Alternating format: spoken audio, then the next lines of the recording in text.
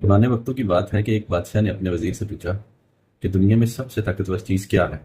کسی نے کہا دولت، کسی نے کہا تلوار، اور کسی نے کہا طاقت، لیکن وزیر خاموش رہا۔ بادشاہ نے پوچھا، تم کیوں خاموش ہو؟ وزیر بولا، حضور، دنیا کی سب سے طاقتور چیز انسان کی عادت ہے۔ بادشاہ ہنس پڑا، ایک عادت تلوار سے زیادہ طاقتور کیسے ہو سکتی ہے؟ وزیر نے کہا، میں وقت آنے پر ثابت کروں گا۔ چند روز بعد وزیر نے ایک عجیب حکم دیا۔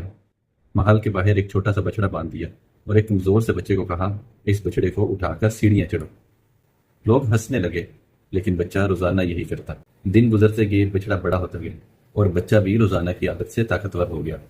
کچھ عرصے بعد وہی بچڑا ایک بڑا بیل بن چکا تھا، اور حیرت کی بات یہ تھی کہ وہ نوجوان اب بھی اسے اٹھا کر سیڑھیاں چڑھ جاتا تھا۔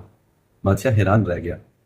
وزیر نے مسکرا کر کہا، حضور والا، یہ طاقت ایک دن میں نہیں آئی، یہ صرف روز کی عادت کا نتیجہ ہے۔ پھر وزیر نے ایک بات کہی جو آج بھی سچ ہے، انسان وہ نہیں بنتا جو وہ کبھی نہیں کرتا، انسان وہ بنتا ہے جو وہ ہر روز کرتا ہے۔ اگر تم روز تھوڑا پڑھو گے تو ایک دن عالم بن جاؤ گے، اگر روز تھوڑی محنت کرو گے تو کامیابی تمہارا مقدر بن جائے گی، لیکن اگر روز سستی کرو گے تو سستی بھی تمہاری قسمت بن جائے گی۔ یاد رکھیں، زندگی اچانک نہیں بدلتی، چھوٹی چھوٹی عادتیں ایک دن بڑا انسان بناتی ہیں۔ اگر آپ مزید ایسی دلچسپ اور مختصر باتیں سننا پسند کرتے ہیں تو چینل کو سبسکرائب کریں۔ شکریہ، اللہ حافظ۔